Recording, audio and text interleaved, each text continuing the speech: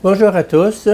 Je continue à vous partager des extraits du livre du cardinal Ratzinger, Foi, vérité, tolérance. Les thèmes du vrai et du bon sont effectivement inséparables. Platon avait raison de vouloir identifier le divin le plus haut avec l'idée du bien. Inversement, si nous ne pouvons rien savoir de la vérité de Dieu, alors la vérité sur ce qui est bien et mal est tout aussi inaccessible. Dès lors, le bien et le mal n'existent pas.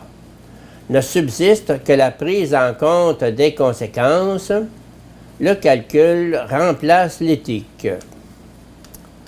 Pour être encore plus clair, les trois interrogations relatives à la vérité, au bien, à Dieu, ne sont qu'une seule et même question. La notion biblique de Dieu reconnaît Dieu comme le bien, le bon, confère Marc 10, 18. Cette notion de Dieu atteint son ultime apogée dans l'assertion johannique « Dieu est amour » 1 Jean 4, 8. La vérité fait un avec l'amour. Cette phrase, si elle est comprise dans toute son ambition, est la plus haute garantie de tolérance. Elle est la garantie d'un rapport à la vérité, dont la seule arme est elle-même, et donc l'amour. Liberté, vérité. La question. Dans la conscience de l'humanité d'aujourd'hui, pardon, la liberté apparaît généralement et durablement comme le bien le plus précieux auquel tous les autres biens sont subordonnés. Dans la jurisprudence, la liberté de l'art, la liberté d'expression prime sur n'importe quelle autre valeur morale. Les valeurs qui entrent en concurrence avec la liberté et sont susceptibles de la limiter apparaissent comme autant d'entraves, de tabous, c'est-à-dire de reliques d'interdits et de peurs archaïques. L'action politique doit passer par les fourches codiques de l'exigence de liberté.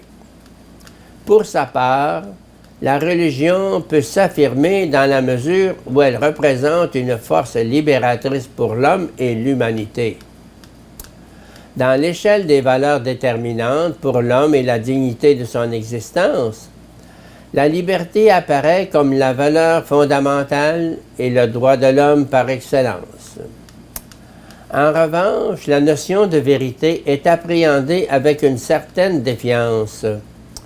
On se souvient en effet qu'elle a été revendiquée par de nombreux systèmes et souvent instrumentalisée pour écraser la liberté.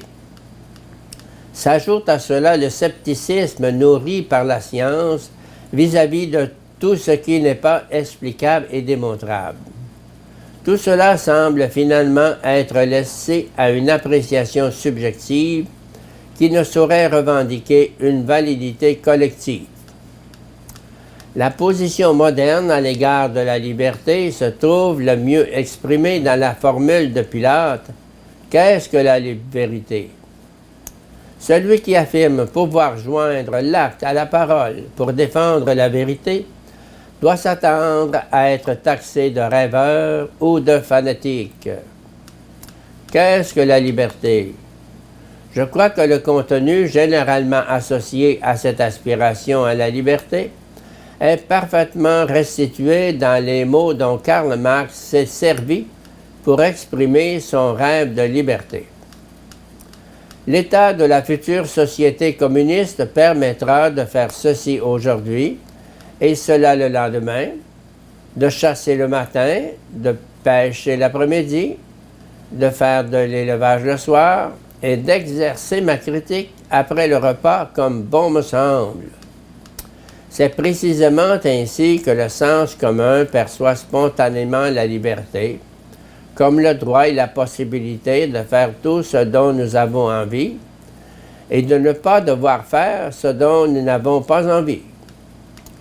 En d'autres termes, la liberté fixerait notre propre vouloir pour norme unique de notre agissement et que la volonté aurait la possibilité de tout vouloir et de tout faire. À ce stade, plusieurs questions nous viennent naturellement à l'esprit. De quelle liberté dispose la volonté?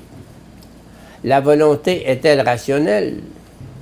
Une volonté irrationnelle est-elle vraiment une volonté libre? Est-ce un bien? La définition de la liberté issue d'un pouvoir vouloir et d'un pouvoir faire ce dont on a envie ne doit-elle pas être complétée par le lien avec la raison, avec la globalité de l'être humain, afin de ne pas en arriver à une tyrannie de l'irrationnel?